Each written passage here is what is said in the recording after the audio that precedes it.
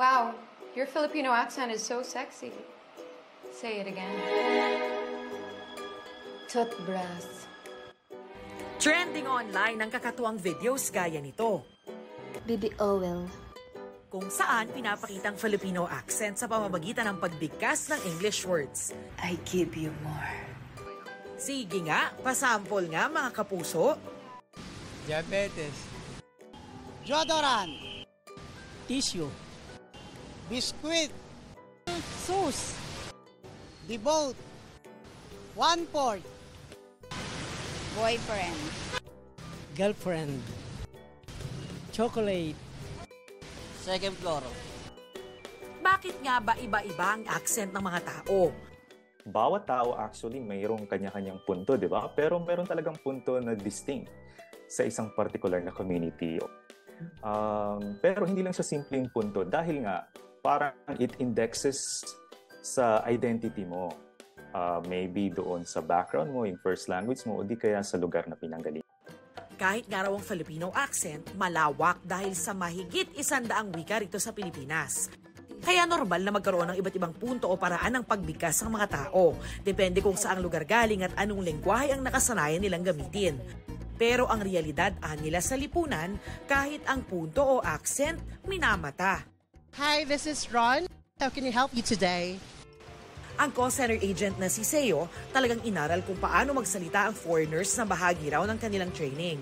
Hindi raw ito naging madali para sa kanya dahil hindi naman Ingles ang native language niya. Kumbaga, hindi naman tayo American eh. So, yung mga words na dapat F, dapat P, yung mga nalilito tayo, kung paano sila bigkasin. So, malaking adjustment for me. Dapat daw tandaan na hindi dapat nililibak o hinuhusgahan ng anumang punto. Dahil nga yung accent indexes something about the speaker, no? Pwedeng magkaroon ng judgment yung mga tao sa kung saan ka nanggaling. So, ganun din sa mga lingwahe. Sa mga lingwahe, alam natin na mayroong layers, no, ng dominance. At sa kasalukuyan, we know na ang Ingles ay isa sa pinakadominanting wika or pinakadominanting wika sa buong mundo.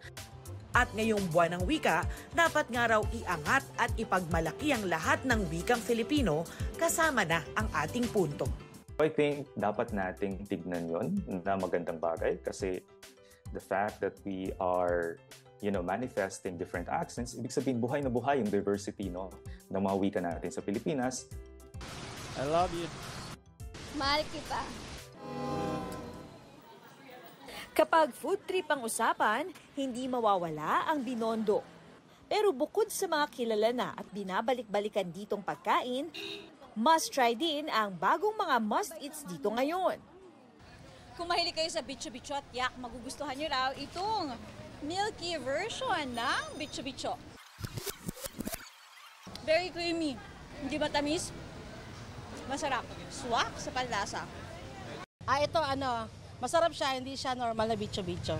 Mas masarap tong milky, mas malasa. Creamy,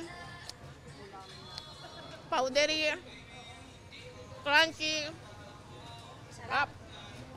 First time. Patok din dito ang Java rice na hindi basta-basta dahil ang toppings gawa sa veggie meat.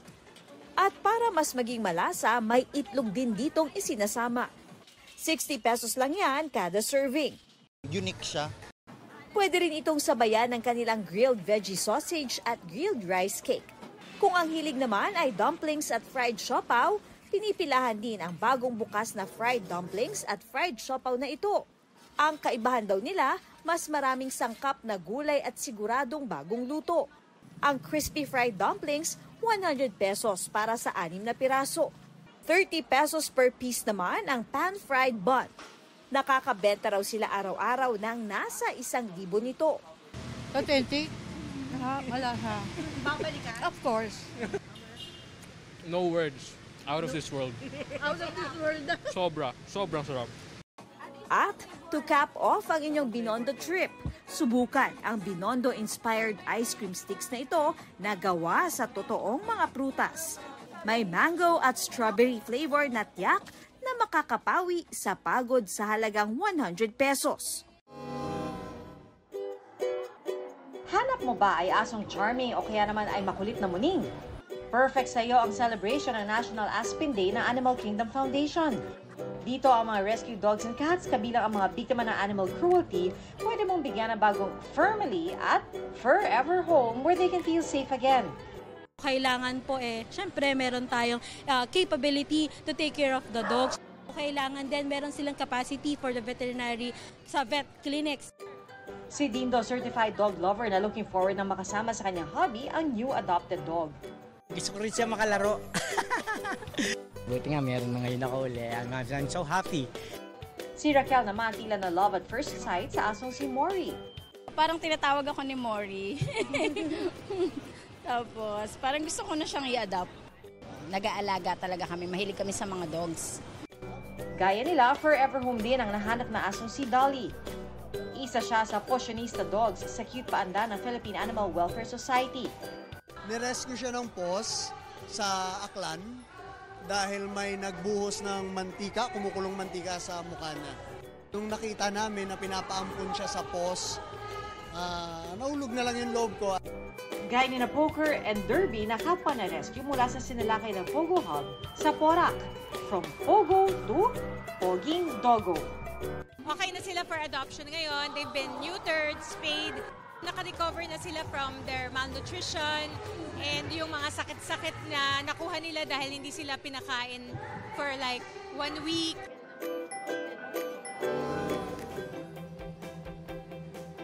Simpleng garahe ang bubungad sa inyo papasok sa cafe and restaurant na ito sa Bagray Hills, Barangay Mayamot, Antipolo.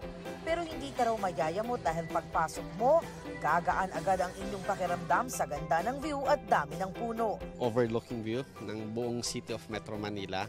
Talagang halos 360 degrees siya. And yung ambience, pag nakita nyo maraming puno, tapos yung space mismo ng mga table, yung relaxing siya. Okay naman po yung food. Marami naman po yung serving nila. Ako po maganda po. Sulit naman pa pagpunta nila. Okay naman po. Maganda naman po siya. Nakaka-relax. Oo po. Isama na rin sa side trip ang International Shrine of Our Lady of Peace and Good Voyage na kilala rin bilang Antipolo Cathedral. Bukod sa Antipolo, dinarayo rin ang IG worthy na view deck sa San Mateo, Rizal. Tanaw ang Sierra Madre at kung matsyempohan ang Sea of Clouds. Kung adventurous, subukan ng rope obstacle. May kids playground din. Pwede ring mag-overnight sa kanilang villas o sa tent sa kabilang campsite.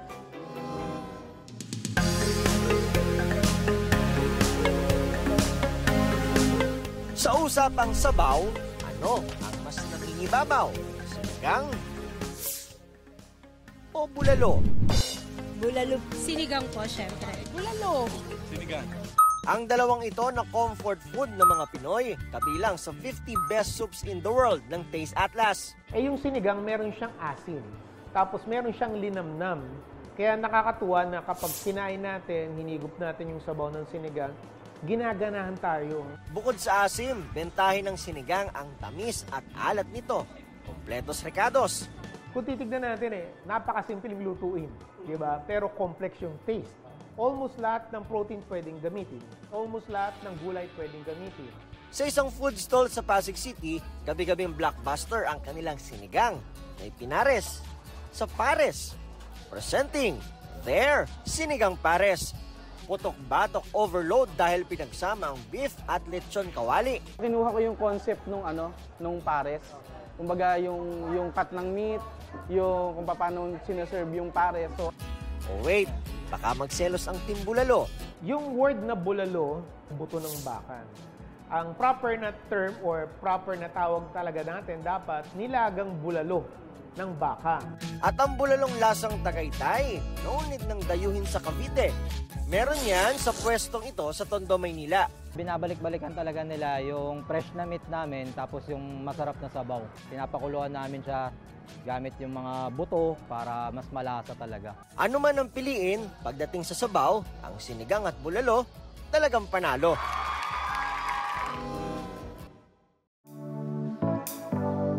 Friendship! Abay kung usapang pagkakaibigan lang, hindi papahuli ang mga Pinoy dyan. Sa survey nga ng Global Expat Network na internations.org, pumapangalawa ang Pilipinas sa mga bansang pinakamadaling magkaroon ng mga kaibigan. Sa listahan ng local friendliness, pang-4 ang Pilipinas. Sa katunayan, 2 sa kada 5 expat o dayuhang naninirahan dito ang may kaibigang Pinoy.